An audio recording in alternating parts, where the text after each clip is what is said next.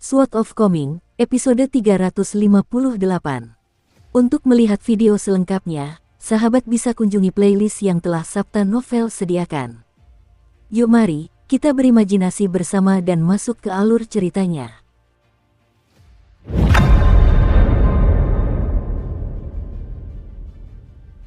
Api unggun itu memberikan sedikit kehangatan di kuil yang bobrok setelah badai. Roh teratai kecil itu duduk di kaki Chen Pingan, dan secara halus menunjuk ke mata Pei Qian.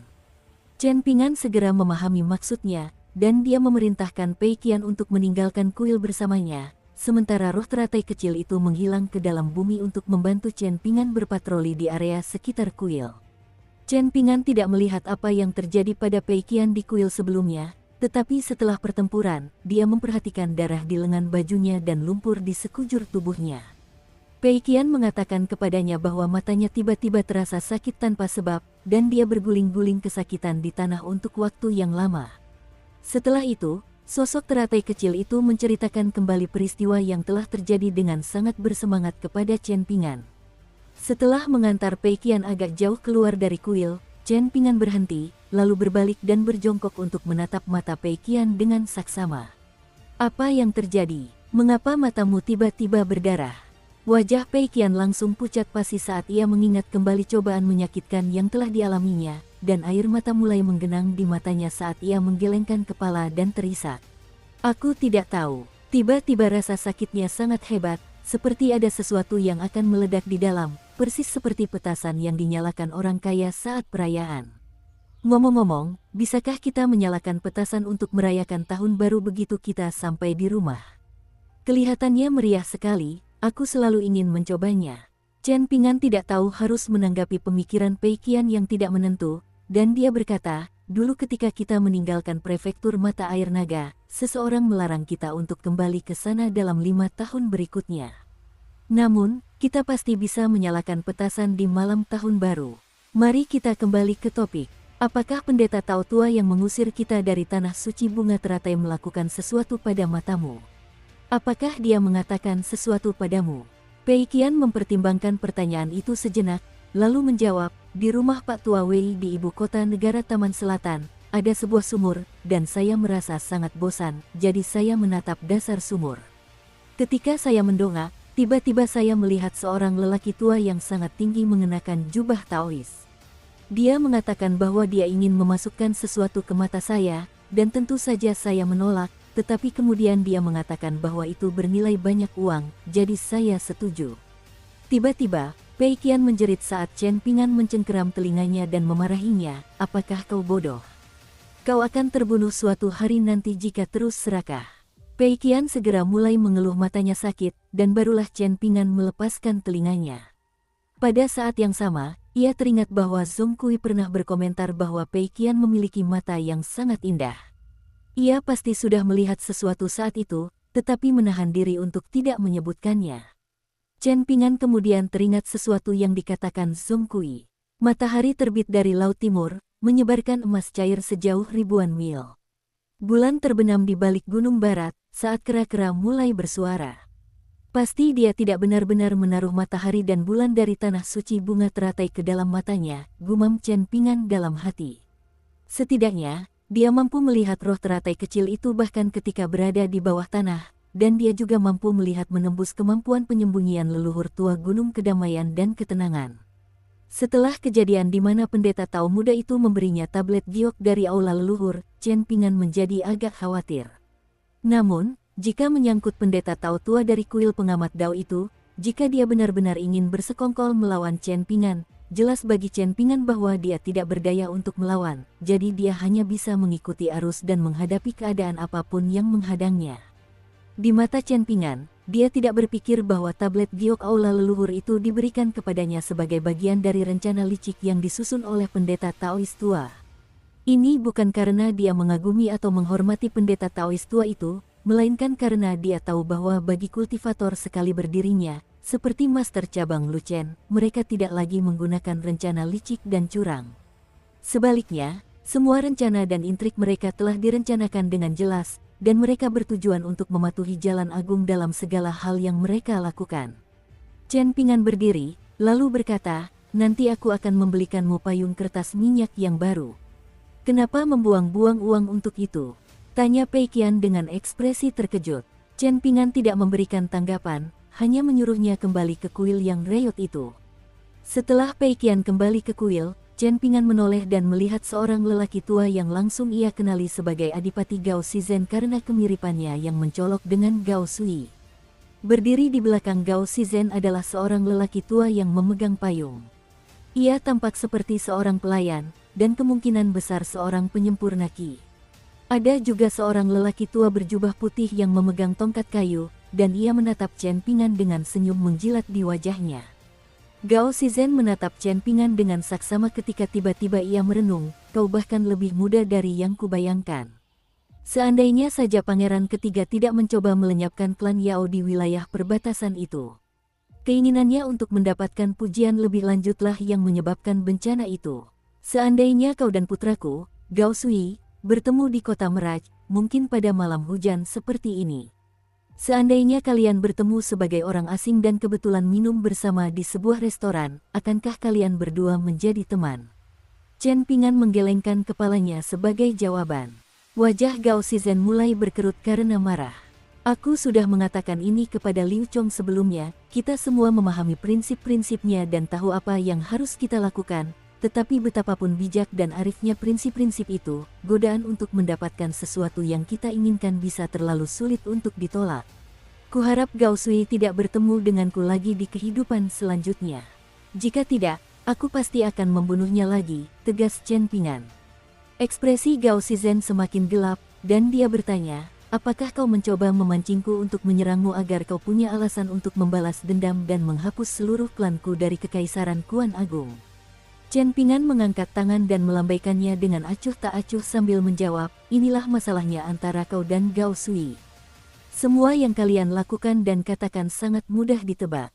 Sikap santai Chen Ping'an ini tidak mengandung niat jahat, tetapi jantung pelayan tua itu langsung berdebar kencang saat mendengarnya, dan dia hampir melemparkan dirinya di depan Gao Shizhen, sementara lelaki tua yang memegang tongkat kayu itu hampir melarikan diri ke dalam tanah. Ini adalah seorang immortal yang sangat kuat yang baru saja membunuh iblis air besar dari sungai pemakaman dan memaksa seorang sarjana bangsawan untuk mundur hanya dengan satu tebasan pedangnya. Bagaimana mungkin seorang penguasa gunung biasa seperti dia bisa memiliki peluang di sini? Di mata penguasa gunung berjubah putih itu, hanya bersin sekali saja dari Chen Ping'an sudah cukup untuk melenyapkannya.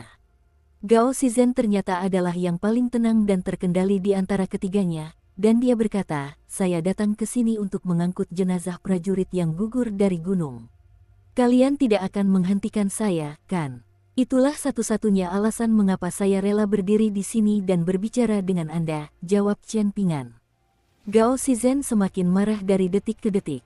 Klan Gao telah berkuasa sejak berdirinya Kekaisaran Kuan Agung, dan belum pernah mereka dipermalukan seperti ini.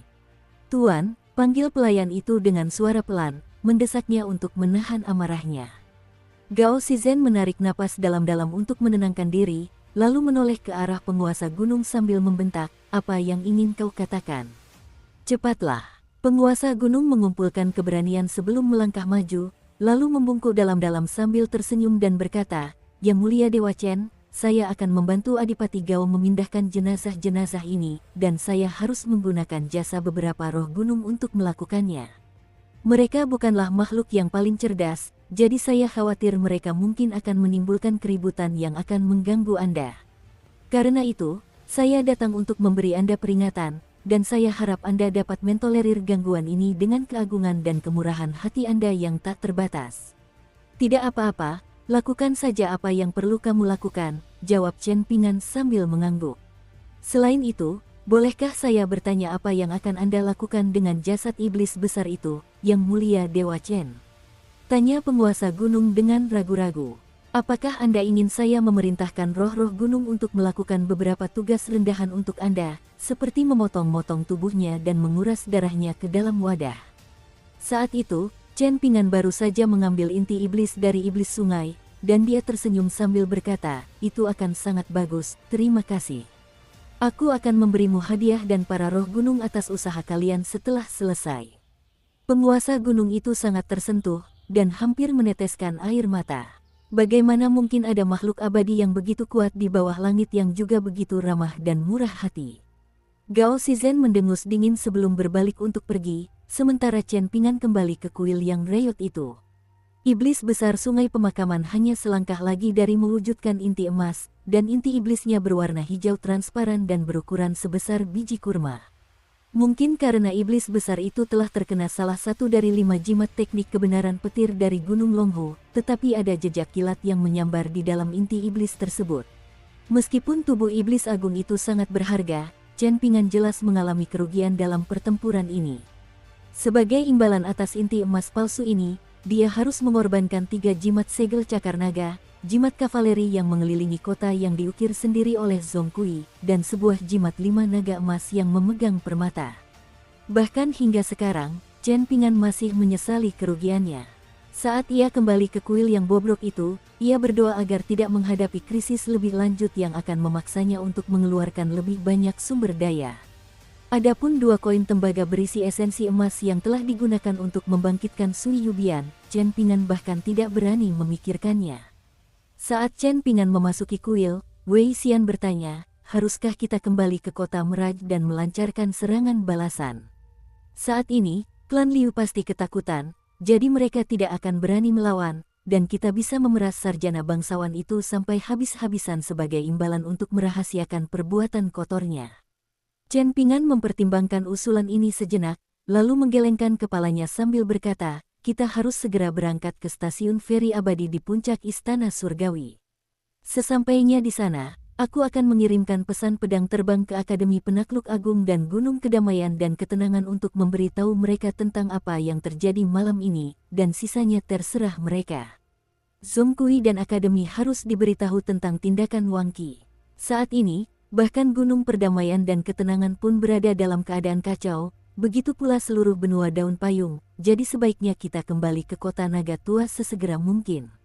Lu Baixiang dan Sui Yubian bertanggung jawab atas tugas jaga malam.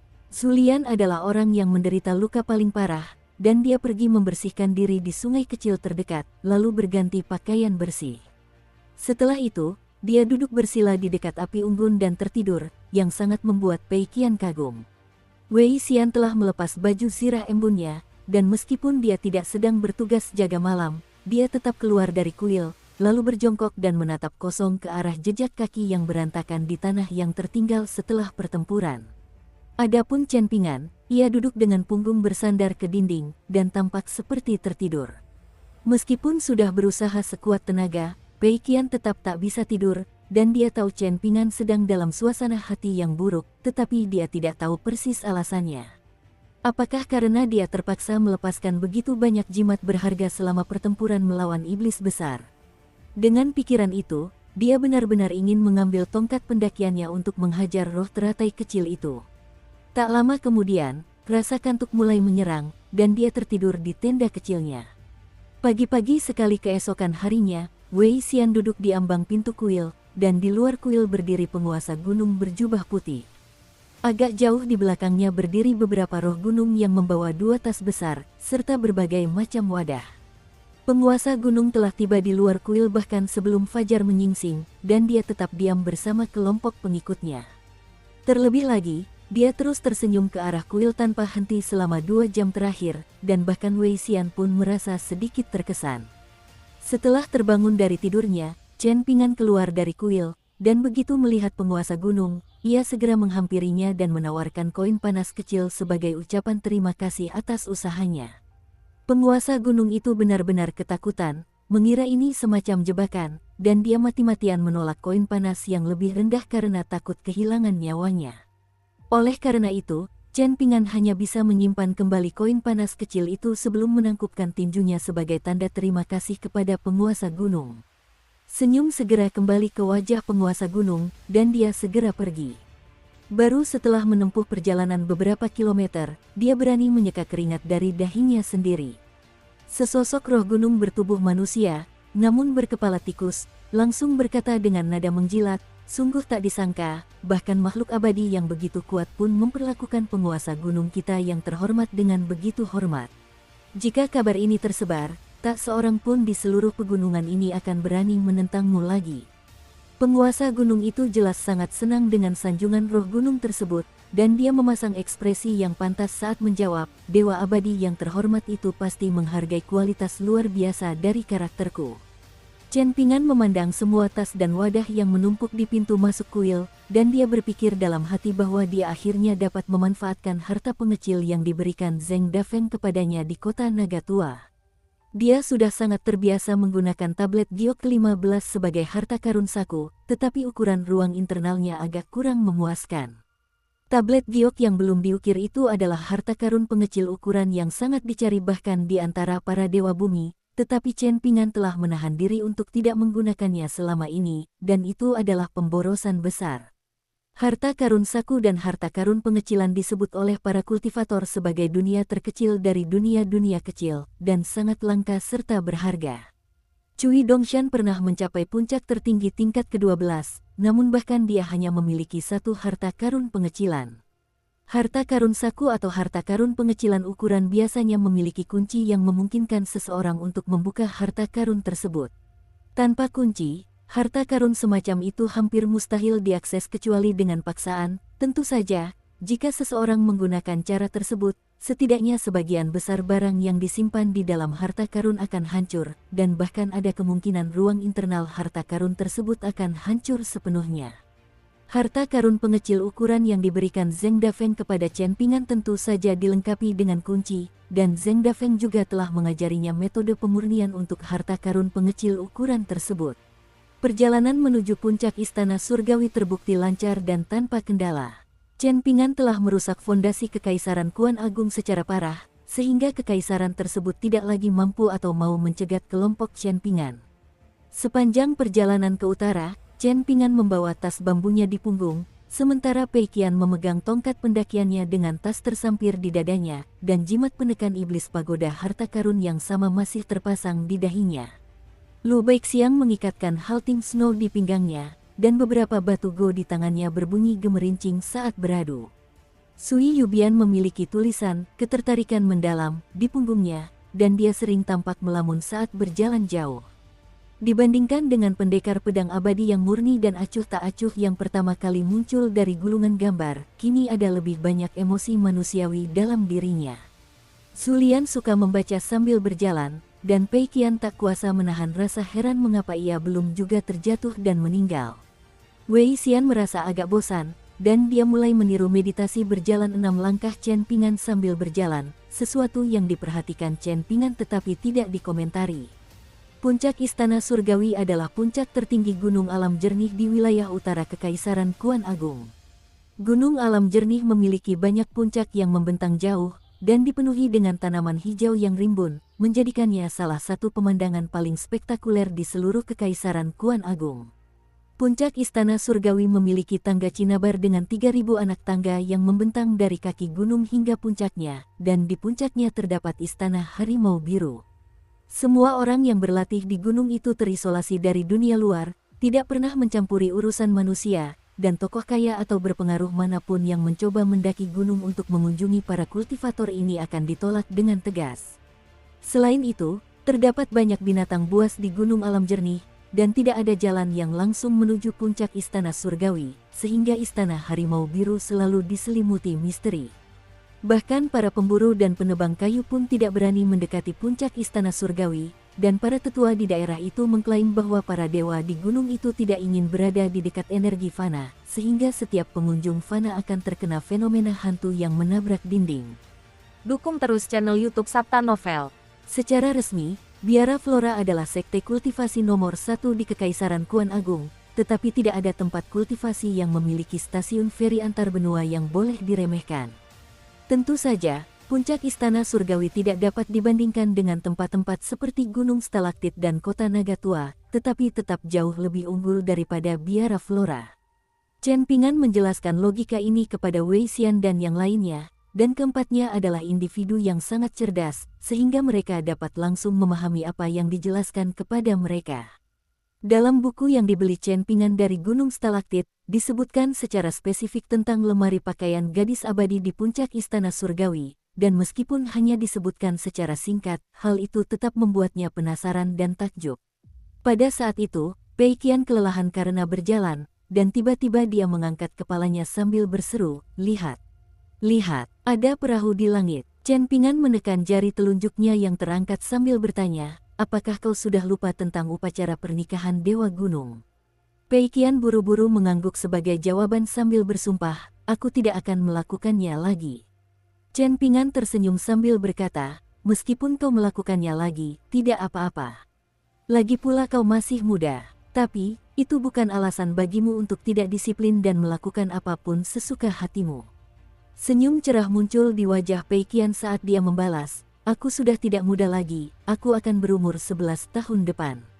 Kalau begitu, bagaimana kalau kau membawakan tas bambuku untukku?"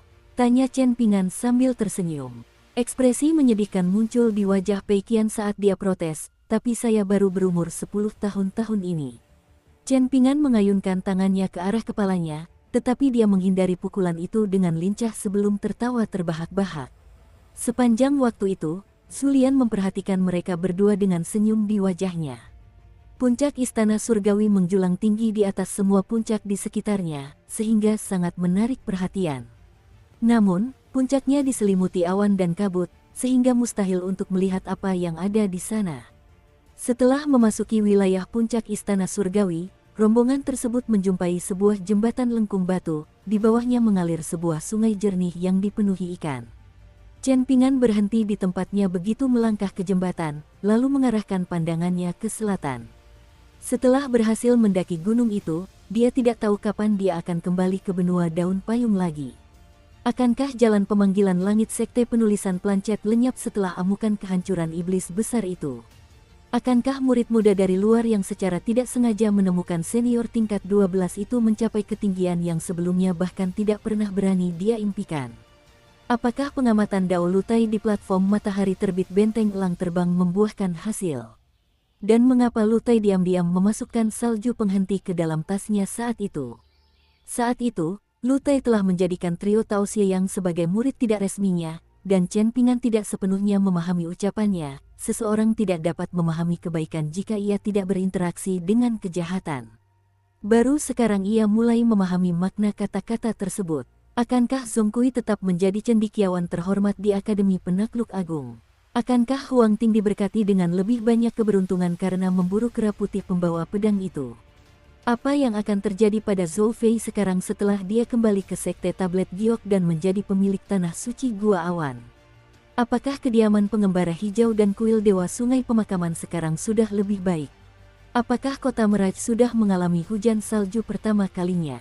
Apakah Cao Qinglang baik-baik saja tinggal sendirian di rumah kecil itu? Apakah guru-guru di sekolahnya bijaksana? Apakah mereka mampu mengajarkan hal-hal yang tidak dapat ditemukan di buku? Saat Chen Ping'an berhenti di tempatnya, Lu Baixiang dan yang lainnya juga ikut berhenti. Pei Qian sedang menatap ke kejauhan, dan pada saat itu, dia merasa ada sesuatu yang sedikit berbeda tentang Chen Ping'an. Sekali lagi, Zulian mulai membaca bukunya, dan setelah melirik Chen Ping'an, Pei Qian berjinjit untuk mencoba melihat apa sebenarnya yang dibaca Zulian sepanjang hari. Zulian menekan tangannya ke kepala wanita itu dan dengan lembut mendorongnya menjauh. "Apa yang sedang kamu baca?" tanya Pei Qian. "Tidak ada apa-apa, hanya beberapa cerita klise," jawab Zulian. "Apa itu cerita klise?" tanya Pei Qian, bertekad untuk mengungkap kebenaran di balik semua ini. Zulian tersenyum sambil menjawab, "Kurasa cerita-cerita ini tidak klise bagimu. Bagi seorang gadis kecil seusiamu, semuanya baru dan menarik. Namun, cerita-cerita dalam buku pada akhirnya hanyalah kata-kata di atas halaman, dan tidak memiliki bobot yang besar.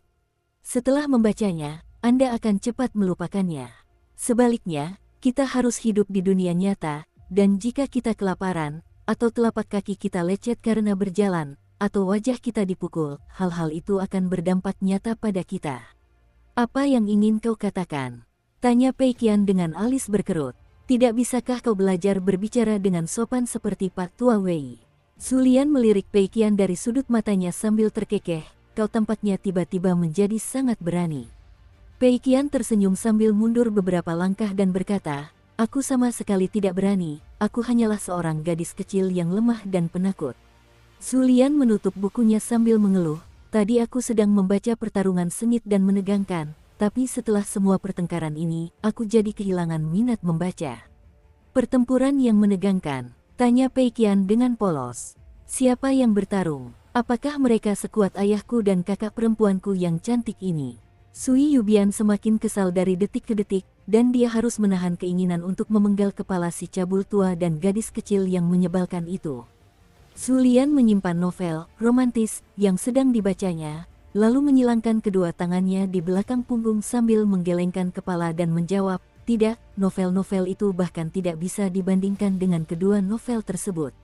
Pei Qian merasa seolah-olah dia telah melakukan pekerjaan yang luar biasa dalam hal merayu, dan dia menoleh ke Sui Yubian dengan senyum penuh harap di wajahnya, hanya untuk mendapati bahwa kakak perempuan cantik yang dimaksud telah berbalik dan turun dari jembatan lengkung batu agar dia tidak perlu lagi mendengarkan percakapan antara Zu Lian dan Pei Qian.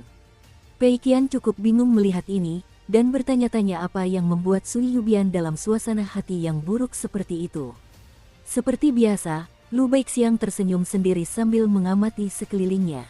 Pemandangan di sini sangat sesuai dengan seleranya, dan dia memutuskan bahwa jika dia akan menetap di suatu tempat untuk berkultivasi, dia harus menemukan lokasi yang indah seperti ini. Chen Ping'an tidak mengindahkan Pei Qian dan Zu Lian. Begitu sampai di kota Naga Tua, dia akan bisa bertemu Fan Er, Lady Gui, dan Zheng Dafeng. Setelah melakukan perjalanan ke utara dari sana, ia akan mengunjungi kampung halaman Su Yuanxia untuk menemuinya dan Zhang Sanfeng.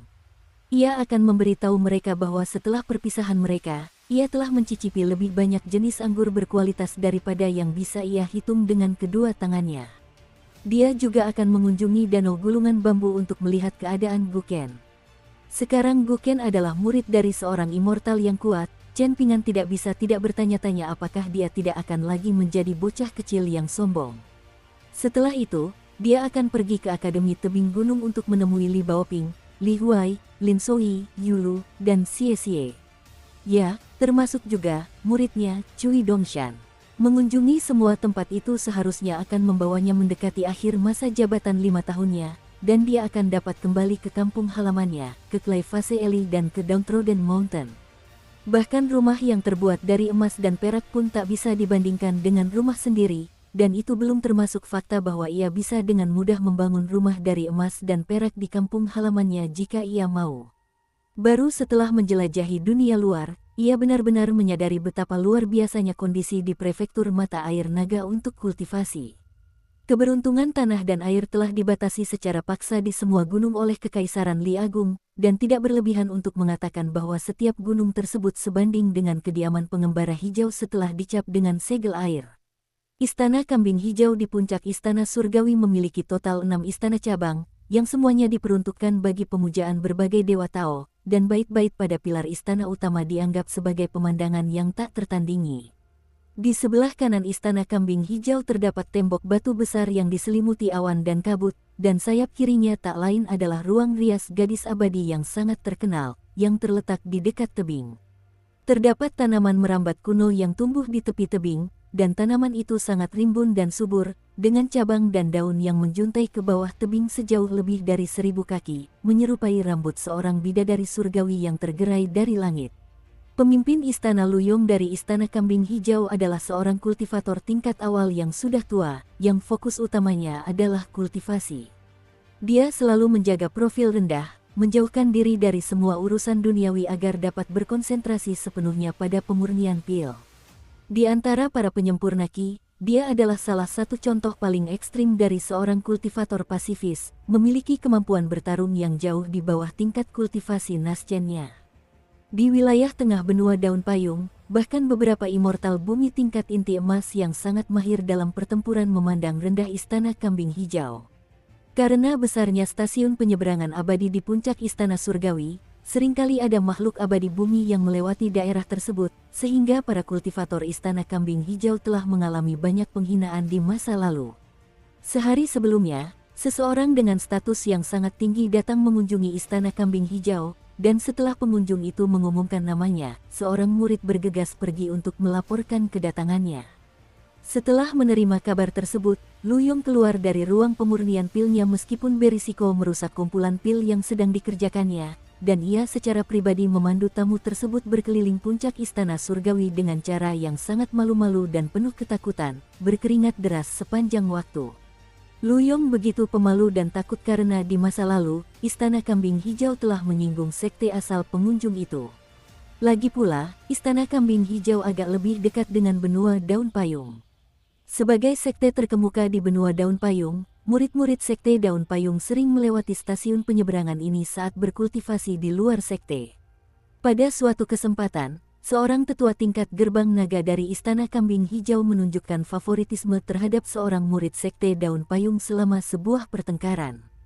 Dalam keadaan normal, ini tidak akan menjadi masalah, tetapi tanpa sepengetahuan Istana Kambing Hijau, kultivator muda yang dipermalukan oleh tetua tingkat gerbang naga itu berasal dari sekte Tablet Giok, dan yang terpenting, dia adalah anggota klan Jiang. Klan Jiang dari sekte Tablet Giok sangat kaya. Bagaimana mungkin tidak, mengingat mereka adalah pemilik tanah suci Gua Awan. Saat itu, murid sekte Tablet Giok tidak membuat keributan besar atau melontarkan ancaman apapun. Sebaliknya, yang dia lakukan hanyalah mengeluarkan sejumlah besar uang untuk memesan semua tempat di kapal-kapal yang berangkat dari stasiun feri puncak Istana Surgawi selama sebulan penuh. Akibatnya, ratusan kultivator benua daun payung terjebak di Gunung Alam Jernih, tertunda selama sebulan penuh sebelum mereka dapat melanjutkan perjalanan mereka. Tentu saja, mereka semua hanya bisa menyalahkan Istana Kambing Hijau. Tentu saja, itu karena tidak ada yang berani mengeluh kepada murid sekte Tablet Giok itu. Lu Yong terpaksa mengasingkan diri untuk memurnikan sejumlah besar pil dalam sebuah kuali besar. Kemudian, ia mengutus murid-murid Istana Kambing Hijau untuk membagikan pil-pil tersebut kepada semua kultivator yang tidak puas sebagai bentuk permintaan maaf, dan barulah ia mampu menyelamatkan sisa-sisa reputasi Istana Kambing Hijau yang telah susah payah dibangun. Ini hanyalah anggota biasa dari klan Jiang, namun bahkan dia mampu menyulitkan Istana Kambing Hijau. Lu Yong bahkan tidak bisa membayangkan apa yang bisa dilakukan pemimpin klan Jiang terhadap Istana Kambing Hijau sesuka hatinya. Di puncak tangga Cinabar di puncak Istana Surgawi berdiri Jiang Sangzhen dan Lu Yong. Apakah benar-benar tidak perlu bagiku untuk mengirim murid-murid Istana Kambing Hijau kita untuk membantu senior itu menyambut para tamu? Tanya Lu Yong. Jiang Sangzhen telah melakukan perjalanan jauh dari laut barat benua daun payung ke Kekaisaran Kuan Agung, dan dia tetap diam, tidak memberikan tanggapan apapun. Lu Yong tidak tahu harus berkata atau berbuat apa. Kekhawatiran utamanya saat ini adalah pertempuran antara para immortal akan segera terjadi di sini. Hanya satu ayunan lengan dari seorang immortal tingkat 5 atas seperti Jiang Sangzhen sudah cukup untuk meratakan seluruh tempat ini hingga rata dengan tanah. Lu Yong hanya bisa berdoa memohon perlindungan dari leluhurnya. Berinteraksi dengan kultivator tingkat 5 atas benar-benar merupakan cobaan yang sangat melelahkan. Lu Yong dalam hati bersumpah bahwa begitu Jiang Sangzhen pergi, dia akan langsung mengasingkan diri untuk memurnikan sejumlah pil spiritual guna melampiaskan frustrasinya. Setelah keheningan yang canggung, Lu Yong bertanya dengan ragu-ragu, haruskah saya pergi dan menyambut tamu kita secara langsung? Sebagai kultivator tingkat pemula, Lu Yong merasa bahwa dia sudah menunjukkan rasa hormat dan kepatuhan yang tertinggi, jadi sudah pasti Jiang Sangzhen harus membalasnya dengan niat baik. Dengan perasaan terkejut dan ngeri, Jiang Sangzhen menjawab dengan suara acuh tak acuh, "Kau tidak pantas." Kaki Lu Yong hampir lemas dan tidak mampu menopangnya. Istana Kambing Hijauku akan hancur. Tiba-tiba, Jiang Sangzhen tertawa terbahak-bahak sambil menepuk bahu Lu Yong dan berkata, "Jangan takut, aku hanya bercanda. Asalkan semuanya berjalan lancar hari ini, aku tidak hanya akan memaafkan semua kesalahan Istana Kambing Hijau di masa lalu, tetapi klan Jiang kami juga akan membeli 100 bat pil termahalmu." Lu Yong hanya bisa memaksakan senyum di wajahnya. Trio Sulian telah bergabung dengan Sui Yubian di sisi lain jembatan lengkung batu, sehingga hanya Chen Pingan dan Pei Qian yang masih berdiri di jembatan tersebut. Chen Pingan mencondongkan tubuh ke pagar jembatan sambil mengamati air di bawahnya, seolah sedang mencari sesuatu. "Apa yang kau cari?" tanya Pei Qian. "Aku ingin melihat apakah ada pedang yang tergantung di bawah jembatan," jawab Chen Pingan. "Kamu tidak akan bisa melihat apapun dari atas jembatan, aku akan membantumu melihat di bawah jembatan." Pei Qian menawarkan diri. "Tidak perlu begitu, kata Chen Pingan sambil berdiri tegak kembali dan menepuk kepala kecilnya dengan senyum di wajahnya. Pei Qian mengangkat kepalanya dengan ekspresi bingung, dan Chen Pingan menatap matanya. Pei Qian segera membuka matanya selebar mungkin sebelum bertanya, perhatikan baik-baik, apakah benar-benar ada uang di mataku? Chen Pingan sedikit ragu mendengar itu, lalu menepuk kepalanya sebelum menunjuk ke ujung jembatan yang lain sambil berkata, ayo pergi. Begitu kita melewati jembatan ini, kita bisa mulai mendaki gunung. Pei Qian mengangguk antusias sebagai jawaban, lalu menyesuaikan tas di bahunya sebelum melompat-lompat menuruni jembatan lengkung batu sambil mengayunkan tongkat pendakiannya. Sementara itu, Chen Pingan memejamkan matanya, dan mengingat jembatan yang pernah dilihatnya dalam mimpinya setelah tertidur di jembatan itu di kampung halamannya. Itu adalah jembatan emas yang sangat panjang yang terletak di atas lautan awan. Di sebelah kirinya ada matahari terbit, sedangkan di sebelah kanannya ada bulan terbenam. Chen Pingan melangkah melewati jembatan lengkung batu yang biasa saja dengan mata tertutup, dan jubahnya berkibar lembut tertiup angin sepoi-sepoi. Pei Qian baru saja berlari kecil menuju ujung jembatan, dan tiba-tiba dia berbalik dengan kil camaka di matanya sambil berkata pada dirinya sendiri, ayahku benar-benar seorang immortal yang luar biasa.